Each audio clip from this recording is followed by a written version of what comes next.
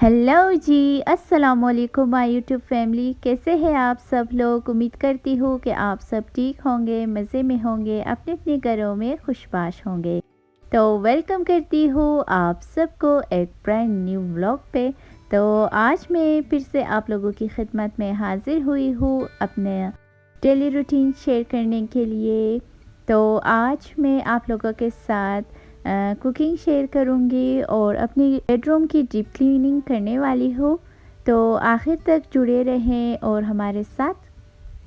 तो चलिए जी, सबसे पहले रेसिपी की तरफ चलते हैं। तो आज मैं आप लोगों के साथ भिंडी की रेसिपी शेयर करने वाली हूँ, जो बहुत ही आसान है और झटपट बनने वाली है। तो चलिए जी, रेसिपी की तरफ चलते हैं। बिस्मिल्लाहिर्रहमानिर्रहीम करके स्टार्ट करते हैं। तो यहाँ पर सबसे पहले मैंने 1 कप ऑयल ली है, उसमें आलू शामिल की है। आलूओं को भी मैंने बारीक बारीक कट करके उसको अच्छे से मैं फ्राई करूँगी। जब आलू अच्छे से फ्राई हो जाए तो उसे बाहर निकाल कर हम लोग इसमें भिंडी शामिल करेंगे। भिंडी भी मेरी फ्रीज़ की हुई है, मैंने इसे कट करके फ्रीज़र में रख ली थी। तो अब ये बहुत आसानी हो गई है मेरे लिए। तो ये मैं इस ऑयल में शामिल करूँगी और भिंडियों को मैं अच्छे से फ्राई करूँगी। जब तक अच्छे से फ्राई हो जाए तो हम फिर दूसरी चीज़ें इसमें ऐड करेंगे। इस टाइम पर भिंडी अच्छे से फ्राई हो रही है।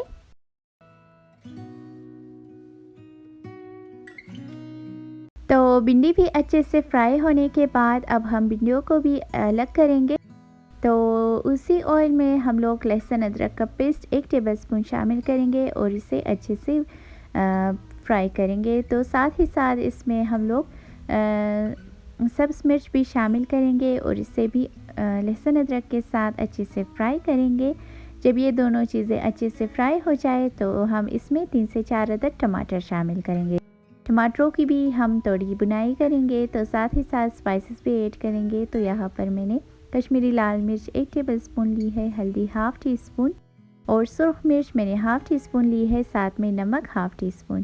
इसमें ज़्यादा स्पाइसेस की बिल्कुल भी ज़रूरत नहीं है, तो हम इतने ही स्पाइसेस इसमें डालेंगे। और अब हम टमाटरों की अच्छे से बुनाई करेंगे, इतना बुनाई करेंगे कि ऑयल सेपरेट हो जाए और टमाटरों का पानी खुश्क हो जाए। तो इस टाइम पर हमारा ग्रेवी बिल्कुल रेडी हो चुका है। अब हम इस पर भिंडी शामिल करेंगे। तो भिंडियों को भी हम ग्रेवी के साथ अच्छे से मिक्स करेंगे ताकि सब मसाले यकजा हो जाए। तो साथ ही साथ मैं इसमें फ्राई की हुई आलू भी इसमें शामिल करूँगी। तो ये इस टाइम पर बिल्कुल रेडी है। अब हम इसे 5 मिनट के लिए हम लोग दम पे रखेंगे। 5 मिनट के बाद ये बिल्कुल रेडी हो जाएगा। जी तो जनाब, इस टाइम पर हमारा भिंडी बिल्कुल रेडी हो चुका है। तो अब मैं दूसरे कामों की तरफ चलती हूँ। तो कल जो मैंने पर्दे वगैरह और जो सब कुछ मैंने धो लिए थे, अब उसकी जमा करने की बारी आती है। तो अब मैं इन सब की तह लगाऊंगी और इन्हें जमा करूंगी और जो ज़रूरत की पर्दे वगैरह है मैं उसे इस्त्री करके फिर अपने कमरे में लगाऊंगी। तो बाकी जो एक्स्ट्रा कपड़े वगैरह है मैं उसे तय करके फिर अलमारियों में रखती जाऊंगी। जब फ्री हो जाऊंगी तो एक एक करके मैं उसको इस्त्री लगा के फिर जमा करूंगी। तो इस तरह करने से अलमारियाँ भी साफ़ सुथरी लगती है और बिखरी हुई बिल्कुल नहीं लगती। तो इस तरह तय करके मैं अलमारियों में रखती हूँ उनकी जगह पर, और जब मुझे टाइम मिले तो मैं एक एक करके इस्त्री करती जाऊँगी। तो जी, अब कमरे की तरफ चलते हैं। तो मैं आज अपने कमरे की डीप क्लीनिंग करने वाली हूँ।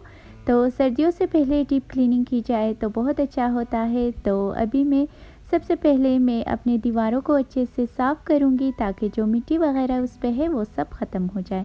तो यहाँ पर मैंने टीवी भी उतार ली थी ताकि उसके पीछे भी मैं अच्छे से सफाई कर सकूँ, और छत को भी मैं इसी तरह ही कपड़े के साथ साफ़ करती हूँ ताकि जो मिट्टी वगैरह जम जाते हैं फिर वो साफ़ हो जाए।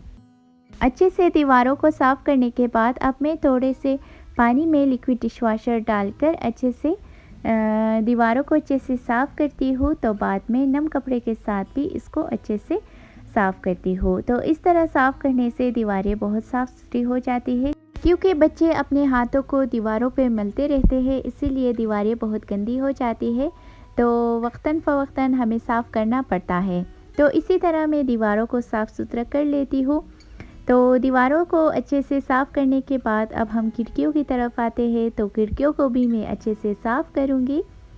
ये तो डेली की रूटीन होती है, डेली हम लोग साफ़ करते हैं, लेकिन आज डीप क्लीनिंग हो रही है, तो आज तो सबकी शामत आने वाली है, तो सबकी सफाई कर लेते हैं।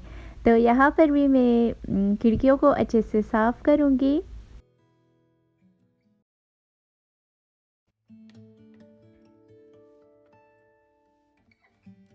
जी, तो जनाब खिड़कियाँ भी अच्छे से साफ़-सुथरी हो चुकी है, अब बेड की शामत आने वाली है, तो ये बेडशीट वग़ैरह मैं सारा जमा करूँगी और इस पे जो फ़ोम वग़ैरह है वो भी मैं उठा लूँगी और इसके नीचे बेड के नीचे मैं अच्छे से वैक्यूम करूँगी, क्योंकि इसके नीचे भी बहुत सारी मिट्टी जमा हो जाती है। तो इसके नीचे भी 4-4 महीने बाद या 3-3 महीने बाद इसकी सफाई करनी पड़ती है। तो अब मैं बेड के नीचे अच्छे से सफाई करूँगी और ये जो कोने होते हैं, मैं इस छोटे से ब्रश के साथ कोनों को भी मैं अच्छे से साफ़ करूँगी, ताकि अच्छे से बेड के नीचे भी अच्छे से साफ़ सुथरा हो जाए।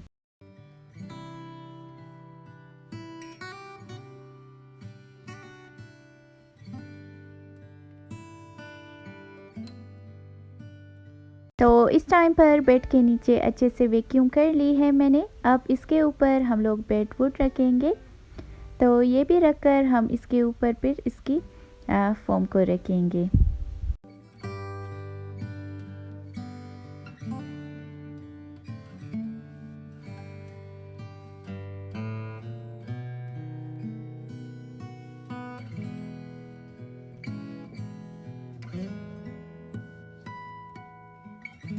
तो इस टाइम पर मैंने फ़ोम भी अच्छे से रख ली है बेड के ऊपर, तो अब बाकी कमरे की वैक्यूम अच्छे से करेंगे।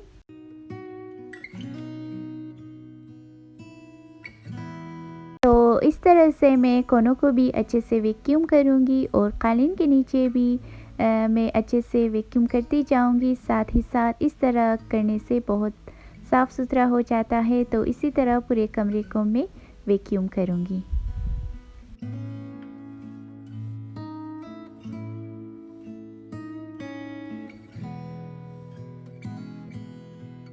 तो इस टाइम पर कमरे की अच्छे से वैक्यूम हो चुकी है, अब पर्दे लगाने की बारी आती है। तो अब हम जल्दी-जल्दी से पर्दे लगाते जाएँगे।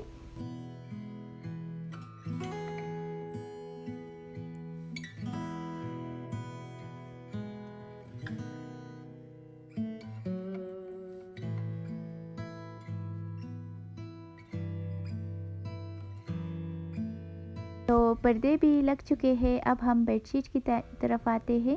तो यहाँ पर मैं बेडशीट को अच्छे से सेट करूँगी।